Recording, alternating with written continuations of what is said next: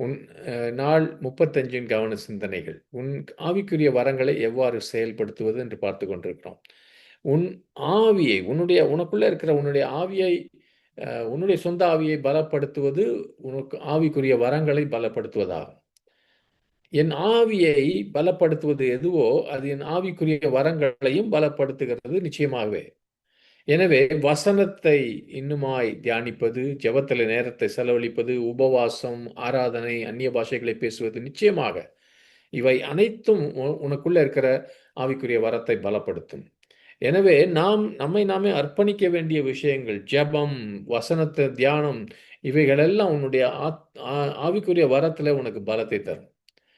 ஆனால் உனக்குள்ள இருக்கிற அந்த வரத்தை பயன்படுத்தி நீ எதையும் செய்யவில்லை என்றால், அந்த பலத்தால, அந்த வல்லமையினால என்ன பயன் இருக்குது? இந்த படியை நீங்க தவிர்க்க முடியாது. வெளியே போக ஊழியம் செய்ய எளிதான வழி இல்ல. நீ விரும்பும் மற்ற பதிலை கண்டுபிடிக்க வேதத்துல எங்கேயும் போய் பார்க்க முடியாது. மற்ற சில பேர்கிட்ட போதனைகளை கேட்கலாம், மற்ற புத்தகங்களை படிக்கலாம். ஆன்லைன்ல நீங்க கோர்ஸ் எல்லாம் படிக்கலாம்.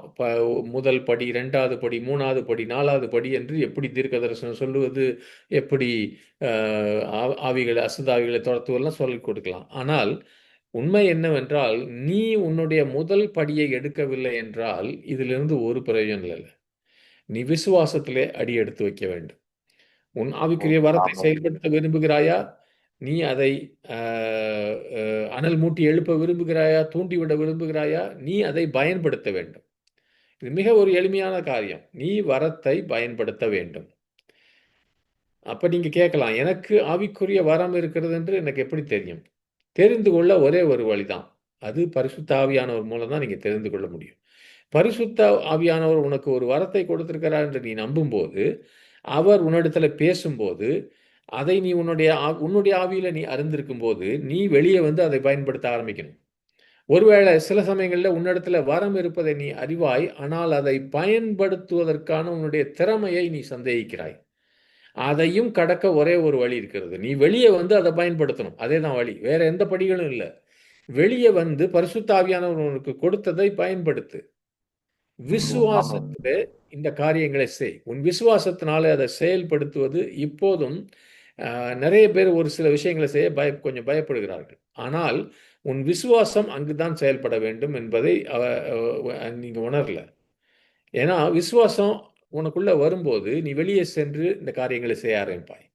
தேவன் உன்னை என்ன செய்ய அழைத்தாரோ, அதை செய்ய நீ அழைக்கப்பட்டிருக்க. அதுக்கு விசுவாசம் வேணும். அதுக்கு விசுவாசம் அவசியம். உன் ஆவிக்குரிய வரத்தை நீ செயல்படுத்துவதில நீ தேடிக்கொண்டிருக்கிற காரியம் இதுதான். உனக்கு நிச்சயமாக இதுதான் தேவை.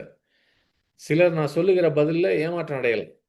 இதுக்காக ஒரு விசேஷமான ஜெபம் ஜெபிக்கணும்னு நீங்க சொல்லணும்னு நினைக்கலாம். அ அல்லது நீ ஜெபிக்கும்போது ஒரு குறிப்பிட்ட வகையான எண்ணெய தான் உபயோகப்படுத்தணும். அப்படி செய்யுங்க. அல்லது யாராவது உங்க மேல கைய வைத்து உங்களுக்கு அனல் மூட்டணும் இப்படிலாம் நினைக்கலாம் நீங்க. வேதத்துல கூட நீங்க ஒரு தேடலாம். நான் வரங்களை எப்படி செயல்படுத்துவதுன்னு. அங்க இருக்க போவதில்ல.